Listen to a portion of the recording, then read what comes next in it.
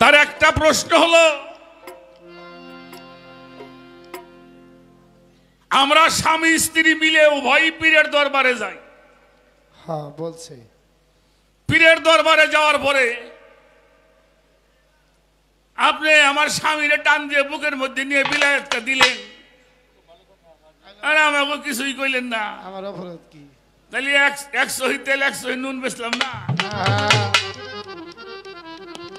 বাজান কথাগুলি কি বুঝতেছেন তো? মানে কোহনে আমার সিভিটা দিছে, এটার কারণটা কি এটা আমাকে একটু বলবেন।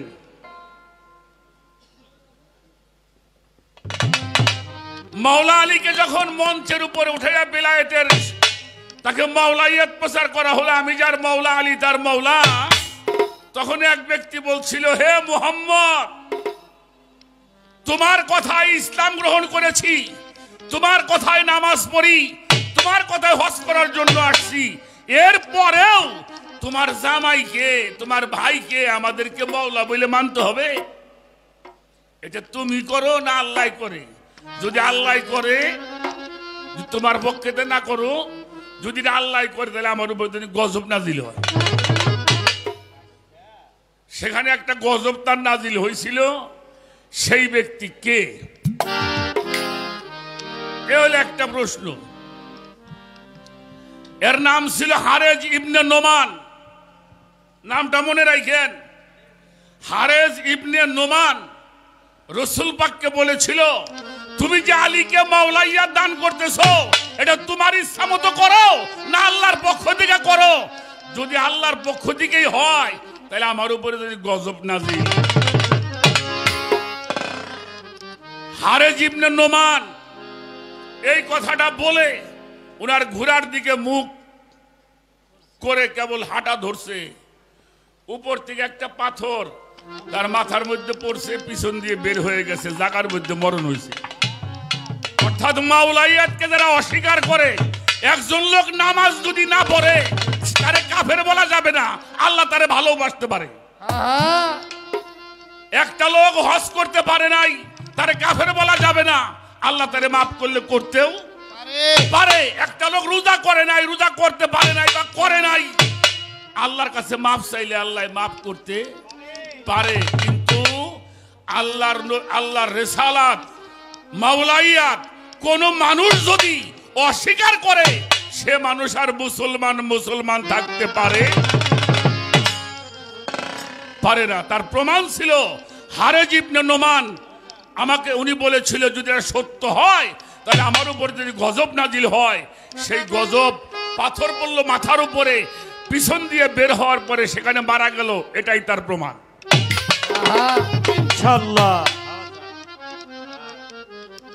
এজন্য মাওলাইয়াত অস্বীকার করা যাবে না, রিসালাত অস্বীকার করা, নবুয়ত অস্বীকার করা, বেলায়েত অস্বীকার করা, ওলি আল্লাহকে অস্বীকার করা যাবে না। সূরা হজের মধ্যে পাবেন 4টা জিনিস আল্লাহর কুদরতি শিয়ারুল্লাহ। তার একটা হলো বাইতুল্লাহ, আর একটা হলো রাসূল আল্লাহ, আর একটা হলো কালামুল্লাহ, আর একটা হলো ওলি আল্লাহ।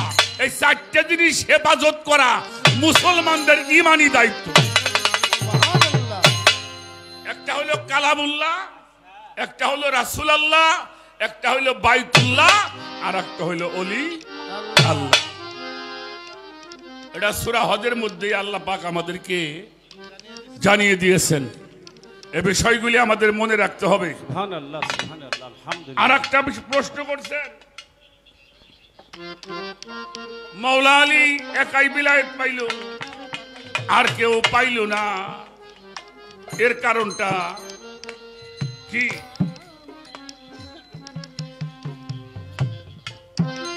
বেলায়েতের সাধনাগুলি কি? সেই সাধনাগুলি আমাদেরকে আপনি জানাবেন। আর একজন বিলায়েতের বাদশা, সে চুরি করে খাইছিল, এই চুরি করে খাই আবার বিলায়েত পাই কেমন? এই চুরি না করলে ওলি হওয়া যায় নাকি?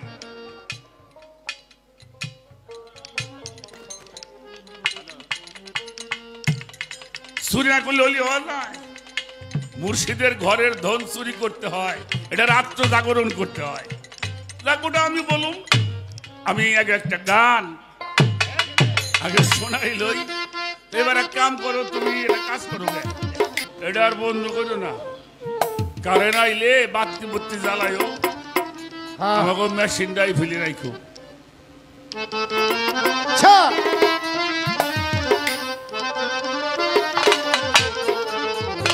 বাবারে আমি এত কিছু জানি না, আমি তোমার একটা কথা কই, আমি কামলা দিয়ে খাই, মহতের দুই একটা গান গাই। এই মহতরা যে তা দিছে আমি তোমার তাই দিমু। হ্যাঁ বাজান, অনেক ভালো। কি বাজান, তাই না? মহাজনস্যগত পন্থা, পূর্ব মহাজনরা যেই পথ অবলম্বন করেছেন, আমরাও যেন সেই পথ অবলম্বন করতে পারি। আমি আচ্ছা বাবাজি, এই রাখো, বসো। এই রাস্তা জাফরগঞ্জ গেছে না? হ্যাঁ, আচ্ছা জাফরগঞ্জতে এই রাস্তা আবার ডাহা গেছে না? গেছে গেছে আরিসে আমাকে ওপার গেছে না? গেছে। পাটুই আরিসে গেছে না? তাহলে এক একটা জায়গা যাওয়ার একটা রাস্তা আছে। আচ্ছা বলেন তো, আল্লাহর পথের নাম কি? একজন ভয় করেন না, একজন মুসলমানে কোন আল্লাহর পথের নাম কি? দেখেন, সব সময় কিন্তু আমরা কইতেছি আল্লাহ এহদিনা সিরাতাল মুস্তাকিম। ও আল্লাহ, তুমি আমারে সেই পথ দান করো যেই পথে তোমার নবীগণ, রাসূলগণ, ওলিগণ গিয়েছে, যাদেরকে তুমি নিয়ামত দান করেছো। এটা আল্লাহর পথ, কিন্তু জানি কই, কিন্তু বুঝি নেই। তো এই গানটা আমি গাবো, গানটা একটু খেয়াল করে শুনলে আমার মনে হয় এই বিষয়গুলি আমরা বুঝতে পারবো। গানটা গাই করে নি।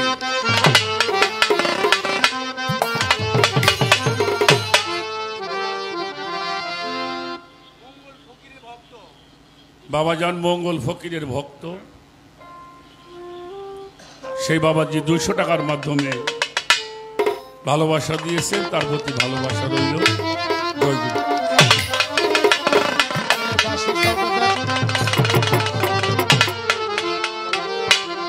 জানো বেলায়েতের ভাব, আচ্ছা তার কেমন ভাব বাজান? বেলায়েতের ভাবে জাহানিলে, সেই বেলায়েতের ভাবে জাহানিলে উঠবে দেহে আল্লাহু এক রব। আমি জিকির করি না, শাহনাজ কিরাজিনে আমার ভিতরে একলাই জিকির করে। সুবহানাল্লাহ সুবহানাল্লাহ। লাইসা জুব্বাতি ইল্লাল্লাহ। বাইজিদ বুস্তামি বলেছিল, আমি নড়ি না, আমি জিকির করি না, আমার জুব্বাই জিকির করে। বেলায়েতের ভাবে জানিলে, বেলায়েতের ভাবে জানিলে উঠবে আল্লাহু এক, উঠবে আল্লাহু এক জানো। বেলায়েতের ভাবে জানো, বেলায়েতের ভাব, বেলায়েতের ভাব জানিলে, বেলায়েতের ভাবে জানিলে, বেলায়েতের ভাব জানিলে উঠবে আল্লাহু এক রব, উঠবে আল্লাহু এক রব জানো। বেলায়েতের ভাব জানো, বেলায়েতের ভাব, বেলায়েতের ভাবে জানিলে, বেলায়েতের ভাবে জানিলে উঠবে আল্লাহু এক, উঠবে আল্লাহু এক জানো। বেলায়েতের ভাবে জানো, বেলায়েতের ভাবে। বেলায়েত হয় স্বয়ং রাজার ঘর,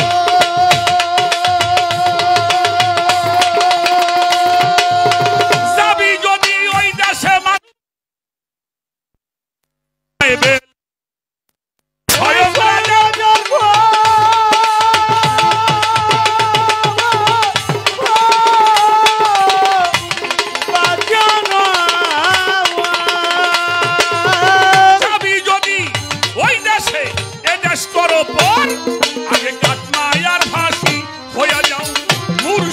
দাসী ওরে আগে কাঠ মায়ার পাশে হইয়া যাও মুর্শিদের দাসী ওরে কাঠ মায়ার ফাঁসি হইয়া যাও মুর্শিদের দাসী বান্ধব প্রেম রসী হবি নিষ্কামী বৈষ্ণব জানো বেলায়েতের ভাব জানো বেলায়েতের ভাব বেলায়েতে ভাবে জানিলে বেলায়েতে ভাবে জানিলে উঠবে আল্লাহু একবার উঠবে আল্লাহু একবার জানো বেলায়েতে ভাবে জানো বেলায়েতে ভালা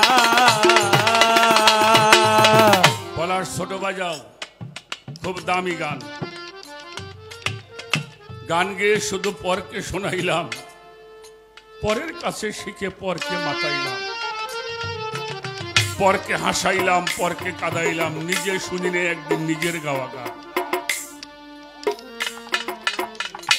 বেলায়েত হলো স্বয়ং রাজার ঘর যাবি যদি সেই দেশে এই দেশটা করো পর পর আগে কাঠ মায়া ফাঁসি হইয়া যাও মুর্শিদের দাসী বান্ধব প্রেম রসী হবি নিষ্কামী বৈষ্ণব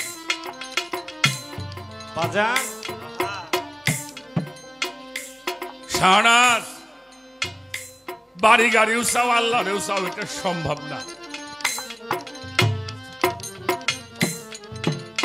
আল্লাহরে চাইলে দুনিয়া ছাড়তে হবে আর দুনিয়া চাইলে আল্লাহরে ছাড়তে হবে যারা দুনিয়া ছাইরে আল্লাহরে পাইছে সারা দুনিয়া তাকে দেওয়ার জন্য পাগল হয়ে গেছে ঠিক বলছি কিনা হ্যাঁ যারা দুনিয়া ছাইরে আল্লাহরে ধরছে সারা দুনিয়া তারে দেওয়ার জন্য পাগল আর যারা আল্লাহরে ছাইরে দুনিয়া ধরছে আজকে কোটিপতি 3 দিন পরে আতে বাটি হজে হজা এই জন্য সাধক লেখছে বেলায়েত হলো স্বয়ং রাজার ঘর যাবি যদি ওই দেশেতে এই দেশটাই করো পর আগে কাঠ মায়ার ফাঁসি হয়ে যাও আমার বাহের সাবাবার দাসী বান্ধব প্রেম রসী হবি নিষ্কামী বৈষ্ণব বেলায়েতে ভাবে জানিলে বেলায়েতে ভাবে জানিলে উঠবে আল্লাহু একবার উঠবে আল্লাহু একবার জানো বেলায়েতে ভাবে জানো বেলায়েতে ভালা ছোট বাবাজি আমার কথাগুলি একটু বিচার করবেন আমারে দেখলে মানুষ ভয় পায়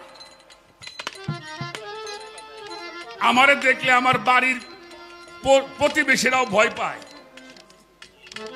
আমারে দেখলে একটা মায়া মানুষ রাস্তার পাশে অন্যদিকে মুখ করে খাড়ায় আমার কাছে আসে না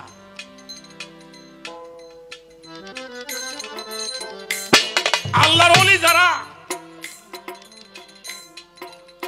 যায় দেখবে তাকে চতুর্পাশে হাজার হাজার মেয়া মানুষ বসে রয়েছে আছে কিনা বলেন হ্যাঁ আমার কাছে আসলে বিপদ আর বাহের বাবার কাছে গেলেই সে নিরাপদ সেই নিরাপদের জায়গায় যদি তুমি পৌঁছাইতে পারো তুমিও তারে জড়াই ধরবে কোনো বাধা নাই আর মনের মধ্যে যদি শয়তানি থাকে খবরদার ওখানে যাইও না পুজা শেষ হয়ে যাবা গুরু কোনো মানুষ না গুরু একটি শক্তি শাশ্বত সত্তা বাবাজি অনেক সময় গানের স্টেজে ভাব লাগে না হ্যাঁ আমার জীবনে দেখছি বহু স্টেজেই কত মায়েরা এসে বুকের মধ্যে জড়াই ধরছে কাঁদতে কাঁদতে আচ্ছা যখন একটা মানুষ চোখের পানি ফেলে কাউরে জড়াই ধরে তখন নারী পুরুষের জ্ঞান থাকে কতক্ষণ আর যদি নারী পুরুষের জ্ঞান থাকে ওটা হবে পৃথিবীর সবচেয়ে নিকৃষ্ট বস্তু ও বাজান তাই তাই এরপরে আসো এই যে বুকের মধ্যে নিয়ে বুকের মধ্যে ধরলে যদি অলি হইতো তাহলে সব ভক্তরা অলি হয়ে যাইত আমার কথাগুলি খেয়াল করতে হবে কি তুমি তোমার পীরের দরবারে যাবে, আল্লাহর ওলিদের কলবের নিচে, আল্লাহর ওলিদের কালবের তলদেশে একটা সাগর আছে, ওই সাগরের মধ্যে কাহিয়াতুল মাকলুক নামে অগণিত মতি মঙ্গার সরাসরি হয়। কোন ভক্ত হতে, ভক্ত যে এটা নারী হইতে পারে পুরুষ হইতে পারে, সে গুলামি করতেছে। ওই ভক্ত যখন গুলামি করে তখন ওই ভক্তের ভিতর থেকে মোহগুলি কেটে যায়, সেটা হোক নারী হোক পুরুষ। যখন ওই ভক্তের গুলামিতে তার পীর খুশি হয়, ওই খুশি অবস্থায় যদি তোমার মুর্শিদ তোমার দিকে রহমতের দৃষ্টি দিয়ে তাকায়, ওই তাকানোর মাধ্যম দিয়ে তোমার কলবের মধ্যে অগণিত মতিমঙ্গল জমা হয়ে যাবে। সুবহানাল্লাহ। এটার কয় কলব জিন্দা, ওই জাতা জাতির মধ্যে জিন্দা হয় না। আমি কোরআনের বাইরে কথা বলি না, এটার নাম হলো কলব জিন্দা। ওলি আল্লাহদের দৃষ্টির মধ্যে রহমত আছে, ওই রহমত যদি তোমার উপরে পৌঁছায়, ওই রহমত যদি তোমার মধ্যে যায়, তাহলে তোমার কলবটাও জিন্দা হয়ে জিন্দা হয়ে যাবে। এই জন্য সাধক হালিম বয়াতি গান লেখছে, গুরুর বাড়ি শিষ্যের বাড়ি, বিনা তারের তার লাগাবি, গুরুর কালবে উঠলে ফায়াস তোর কালেবে আলাপ পাবি। আল্লাহ জি দিয়াছে বাক্স, সঙ্গে দিল তালা চাবি, সময় মতো খুলতে পারলে দেখবি মৌলার রূপে। আলিম বলে, সাধন বলে, দূরের বস্তু কাছে পাবি, লোভ কইরো না পরের ধনে, নাম সাধনে হও গে। ভাবে জানি রে, বেলায়েতে ভাবে